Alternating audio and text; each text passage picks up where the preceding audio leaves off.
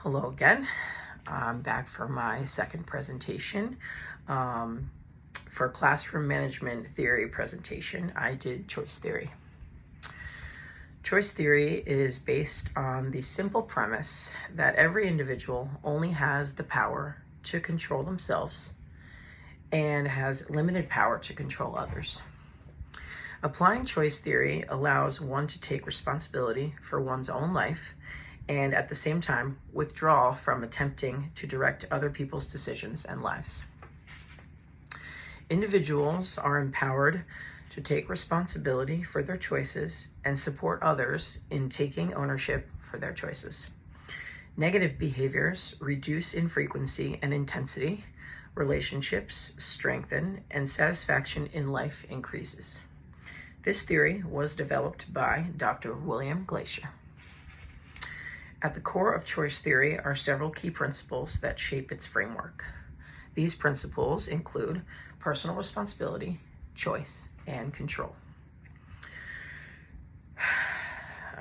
Personal responsibility. Choice theory emphasizes that individuals are ultimately responsible for their own lives and the choices they make. By accepting personal responsibility, individuals can take control of their own actions and decisions. For choice, the theory recognizes that individuals have the power to make choices about their behavior and responses to different situations. These choices can influence the outcomes and experiences individuals have in their lives. Control. It emphasizes that individuals have control over their own thoughts, feelings, and actions. While they may not have control over external events or other people, they can choose how they respond to these factors. According to this theory, the behaviors that we choose are driven by 5 genetically driven needs, which are hierarchical in nature. These needs are survival, love and belonging, power, freedom, and fun. The need for survival is the most basic fundamental need. It includes the need for food, water, shelter, and safety. Once survival needs are met, individuals have a strong need for love, affection, and a sense of belonging. This includes the desire for meaningful relationships and connections with others. The need for power refers to the desire for achievement, recognition, and a sense of competence. It involves having a sense of control and influence over one's environment. The need for freedom involves the desire for independence and autonomy, along with the ability to make choices without undue constraints or restrictions. The need for fun encompasses the desire for enjoyment, pleasure, and engaging in activities that bring joy and satisfaction. Understanding these needs helps individuals recognize the motivations behind their behaviors and the behaviors of others. By fulfilling these needs in healthy and constructive ways, individuals can lead more fulfilling and satisfying lives. By exploring the core principles and needs that drive behavior within choice theory, individuals can gain a deeper understanding of their own choices and behaviors. This understanding can empower individuals to take responsibility for their own lives and make choices that align with their values and aspirations. Choice theory was initially introduced as a reality therapy in 1965. After he continued to practice and refine it over time, it became the foundation of choice theory. Through reality therapy, individuals are encouraged to focus on the present and take responsibility for their actions. The goal is to help individuals make choices that lead to more fulfilling lives. Over time, the theory expanded beyond individual therapy to encompass broader applications in various fields, including counseling, education, and personal development. Choice theory proposes that all behavior is composed of different components that work together to shape actions and decisions. Two essential components of choice theory are the quality world concept and the total behavior components. According to choice theory, our quality world is a personal collection of images, ideas, and ideals that we believe will enhance the quality of our lives. It represents our individual perception of an ideal world, including people, possessions, relationships, beliefs, and more.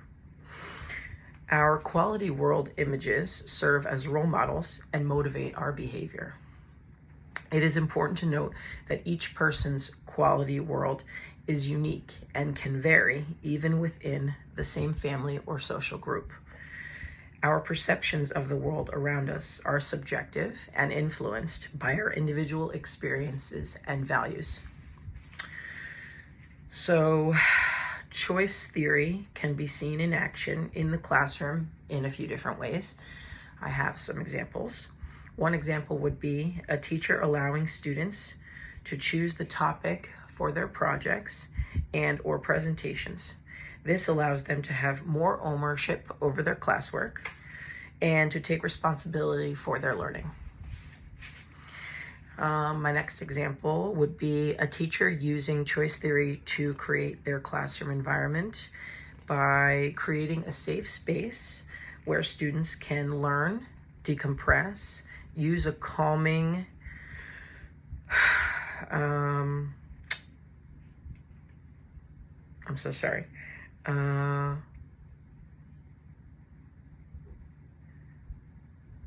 use a calming coping strategy or other coping strategies and follow predictable routines. Students' basic needs for safety, well-being, and belonging are met. And my final example would be allowing students to choose their own partners for a group activity. This can help students work with others who they feel most comfortable with. This theory directly applies to teaching and classroom management because it integrates our basic needs that drive behavior, survival, love and belonging, power, freedom, and fun. Students use acting, thinking, and feeling to make choices every day in the classroom to take ownership of their behavior. Teachers use this theory to allow students to make choices so that they not only have freedom to make decisions, but also learn to take responsibility for their own behavior. Choice theory emphasizes that all behavior is composed of 4 interconnected components.